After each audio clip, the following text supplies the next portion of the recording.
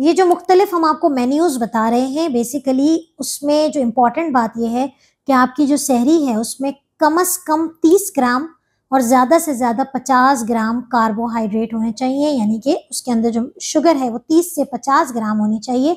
Again refresh होने के लिए आप ग्रीक योगर्ट का इस्तेमाल करें, एक खजूर का इस्तेमाल करें, वो तमाम चीज़ें मौजूद हो ताकि रोज़े में आपको ज़्यादा प्यास ना लगे।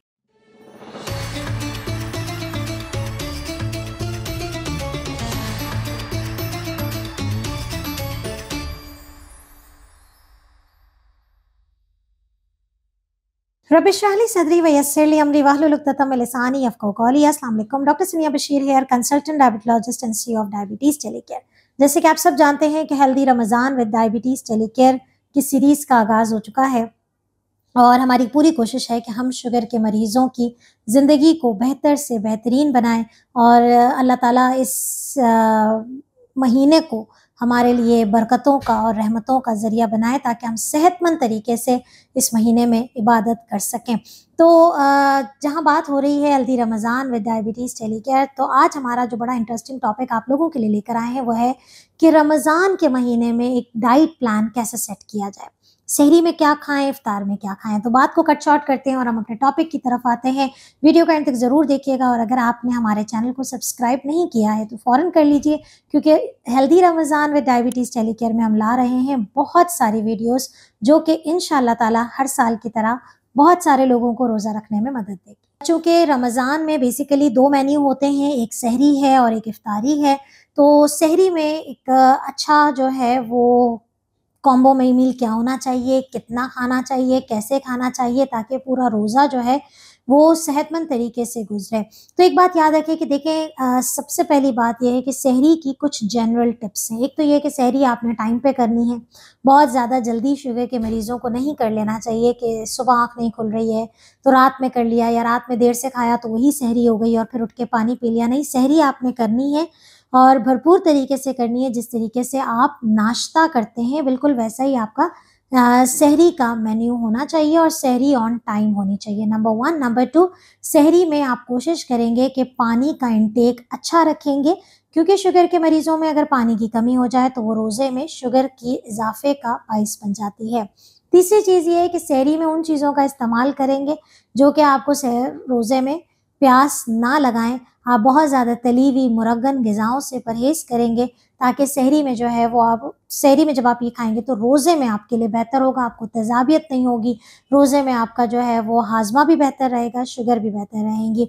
इसके अलावा सहरी में कोशिश करनी है कि आपने 2 चीज़ों को ऐड करना है। एक तो ये कि वो ग़िज़ाएँ खानी है जो कि फ़ाइबर वाली हो और वो ग़िज़ाएँ खानी है जिसमें अच्छी चिकनाई मौजूद हो, क्योंकि ये दोनों चीज़ों जब आपकी डाइट में शामिल होती हैं तो 2 काम होते हैं। एक तो ये है कि पूरे जो रोज़े का जो ड्यूरेशन होता है, क्योंकि हमें पूरी दुनिया से लोग सुन रहे हैं, तो कहीं ज़्यादा ड्यूरेशन भी है तो कहीं कम ड्यूरेशन भी है। तो जितना भी ड्यूरेशन है, आप डायबिटीज़ के साथ आपका जो रोज़ा है, शुगर लेवल्स आपके नॉर्मल रहते हैं और वो आराम-आराम से आपके जिस्म में रिलीज़ होती रहती है शुगर। और अच्छी चिकनाई खाने से ये है कि आपको ज़्यादा भूख नहीं लगती है और आपका पेट और आपका जो जिस्म है वो इनफ होता है उसके लिए कि उसको खाना मिला हुआ। तो ये कुछ टिप्स हैं। अब सवाल ये है कि सहरी में एक इंसान क्या खाए? तो हम बात करेंगे मुख्तलिफ कॉम्बो मील्स के बारे में और उसमें हम आपको बताएँगे कि आप ये खाएँगे तो इतना आपको कार्ब मिलता है। ये जो मुख्तलिफ हम आपको मेन्यूज़ बता रहे हैं, बेसिकली उसमें जो इम्पोर्टेंट बात ये है कि आपकी जो सहरी है उसमें कम से कम 30 ग्राम और ज़्यादा से ज़्यादा 50 ग्राम कार्बोहाइड्रेट होने चाहिए, यानी कि उसके अंदर जो शुगर है वो 30 से 50 ग्राम होनी चाहिए। और वो भी कौन-सी वाली? सिंपल वाली नहीं, रेशे वाली, भूसे वाली ग़िज़ा आपने खानी है। तो पहला मेन्यू ये है कि आप एक चपाती ले लीजिए। एक चपाती के साथ आप 1 ऑमलेट बना लें, या तो 2 अंडे का ऑमलेट बनाएँगे, आप 1 की ज़र्दी माइनस कर देंगे और 1 की ज़र्दी आप रहने देंगे।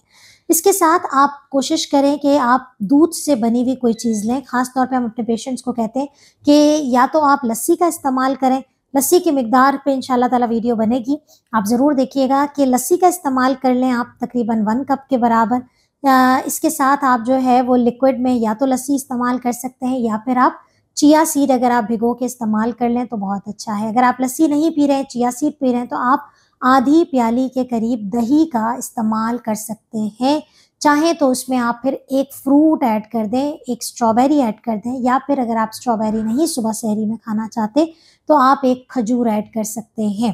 तो एक चपाती है, साथ में आपने अंडे से मुतालिक कोई भी आप अंडे का खगीना बना लें, अंडे का कीमा बना लें, हाफ फ्राई ले लें, बॉयल एग ले लें या ऑमलेट ले लें, आप अंडे का इस्तेमाल कर सकते हैं। और उसके साथ आपने एक लिक्विड जिसमें आपने चिया सीड यानी कि गुड फैट है, फाइबर है, और इसके साथ आप आधी प्याली दही, दही भी आप ग्रीक योगर्ट क्या होता है सब जानते हैं, नहीं जानते तो हमारे चैनल को जरूर विजिट करें।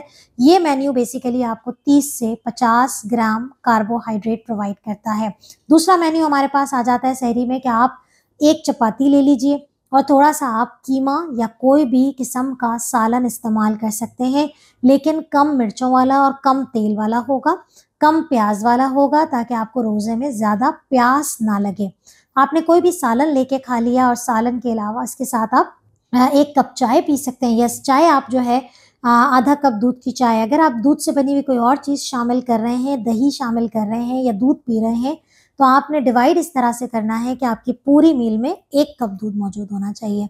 अगेन रिफ्रेश होने के लिए आप ग्रीक योगर्ट का इस्तेमाल करें, एक खजूर का इस्तेमाल करें, वो तमाम चीज़ें मौजूद हो ताकि रोज़े में आपको ज्यादा प्यास ना लगे। बहुत सारे लोगों से सहरी बहुत ज्यादा पेट भर के नहीं की जाती है, तो आप एक हल्का सा पराठा बना सकते हैं जिसमें आप असली घी का इस्तेमाल कर सकते हैं या फिर जैतून के तेल में पराठा बना सकते हैं। साथ में आप 1 कप चाय का ले सकते हैं, 1 कप दूध का ले सकते हैं, आधा कप दूध लेंगे और आधा कप दूध की आप चाय बना लेंगे।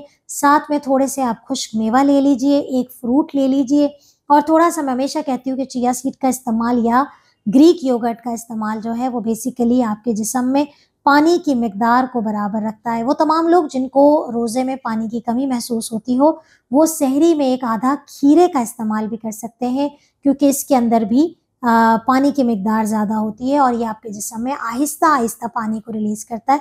तो ये तमाम चीज़ें बेसिकली आपको 30 से 50 ग्राम कार्ब दे रही हैं। चौथा मेन्यू ये है कि आप आधा कप दूध लेके इसमें जौ का दलिया, कौन सा जौ का दलिया, देसी जौ का दलिया जो है वो इस्तेमाल कर सकते हैं। इसमें आप थोड़े से नट्स डाल लीजिए और आप इसके साथ एक बॉयल एग ले लीजिए। बॉयल एग के साथ जो है बस आपने 1 कप चाय पी लेनी है। आधा कप दूध आपका जौ के दलिये में जाएगा और आधे कप दूध की चाय बनेगी। एक खजूर का इस्तेमाल कर लीजिए, आपका कॉम्बो पूरा हो जाता है। पानी का इस्तेमाल बहुत अच्छा करना है ताकि आपको रोज़े में प्यास ना लगे। इफ्तारी में क्या होना चाहिए? इफ्तारी की जो टिप्स होती हैं वो ये है कि अब डिपेंड करता है कि आप लोग इफ्तारी 2 हिस्सों में करते हैं या एक ही हिस्से में करते हैं। अगर आप एक ही हिस्से में करते हैं तो बेहतरीन इफ्तारी का जो कॉम्बो है वो ये है कि आप एक खजूर का इस्तेमाल कर लीजिए, 1 प्याली चने की चाट की ले लीजिए, इसमें आप थोड़ी वेजिटेबल्स डाल लीजिए और साथ में आप अपनी 1 रोटी और सालन का इस्तेमाल कर लीजिए। अगर आप चावल खाना चाहते हैं तो 1/4 प्लेट उबले हुए चावल की किसी भी सालन के साथ इस्तेमाल कर सकते हैं। चावल के साथ रोटी का इस्तेमाल नहीं होगा। तो ये बेसिकली आपके पास एक कॉम्बो हो जाता है। दूसरा कॉम्बो ये है कि आप जो है इफ्तारी में 1 खजूर ले लें। अगर आप फ्रूट चाट बनाना चाहते हैं तो फ्रूट चाट आप कस्टमाइज़ अपने लिए बनाएंगे। कैसे बनाएंगे? आपने सेब की 2 काशें ले ली, 2 आपने ऑरेंज की ले ली, आपने 2 पीस कट करके 2 पीस जो है वो केले के ले लिए और आपकी जो है वो ये फ्रूट चाट पूरी हो गई। यानी कि आपने इतना करना है कि वो बराबर हो जाए 1 फल के। पूरा अपने जो घर वालों के लिए फ्रूट चाट बन रही है उसको बिल्कुल भी इस्तेमाल नहीं करना है, क्योंकि उसमें आप क्वांटिटी को मद्देनज़र नहीं रख सकते हैं। फ्राई आइटम कोशिश करें तेल वाली, घी वाली, मुरगन ग़िज़ाओं से ज़्यादा परहेज़ करें, क्योंकि ना सिर्फ ये मोटापे का बाइस बनता है बल्कि रमज़ान में तेज़ाबियत और रमज़ान में ये बहुत ज़्यादा रोज़ों में प्यास की जो है वो तलब हो जाती है। इफ्तारी में भी इवन कोशिश करें कि आप पकोड़े का इस्तेमाल कर सकते हैं। समोसे और रोल आपने कतन इस्तेमाल नहीं करने, या ब्रेड से बनी हुई कोई भी चीज़ आपने रोज़े में इस्तेमाल नहीं करनी, चाहे वो नगेट्स हो, जिन चीज़ों पे कोटिंग हुई होती है सफ़ेद आटे की, वो इस्तेमाल नहीं करनी है। आप पकौड़े इस्तेमाल कर सकते हैं, 1 प्याली दही बड़े इस्तेमाल कर सकते हैं। चाट के ऑप्शन में आपके पास चने की चाट है, सफ़ेद चने, काले चने की चाट होती है, सफ़ेद लोबिया है, लाल लोबिया है, इसकी आप चाट बना के खा सकते हैं। यह आपकी इफ्तारी हो जाती है। और इफ्तारी के अगर आप रात को खाना खाते हैं तो फिर खाने में आपके पास वही ऑप्शन होता है। बहुत सारे लोग इफ्तारी के बाद जो खाना खाते हैं रोटी पसंद नहीं करते, तो आप चिकन के पीसेस बना सकते हैं, स्टेक पीस बना सकते हैं, स्टीम पीस बना सकते हैं। अभी मौसम बेहतर है, आप मछली का इस्तेमाल कर सकते हैं, ग्रिल्ड फिश आप इस्तेमाल कर सकते हैं। तो ये चीज़ें आपके खाने में एक फ़ायदेमंद साबित होती है। अच्छा, इफ्तारी के लिए एक बड़ी इंपॉर्टेंट जो मेन्यू में सबसे इम्पॉर्टेंट बात आती है वो है मशरूबात का इस्तेमाल, और उस पे हमने बहुत सेपरेट वीडियो बनाई हुई है। आप ज़रूर देखिएगा कि इफ्तारी में कौन से ड्रिंक इस्तेमाल करने चाहिए। तो खुदारा पानी का इस्तेमाल आप ज़्यादा से ज़्यादा करें, और ताकि आप अपने आप को जो है वो हाइड्रेशन को मेंटेन कर सकें।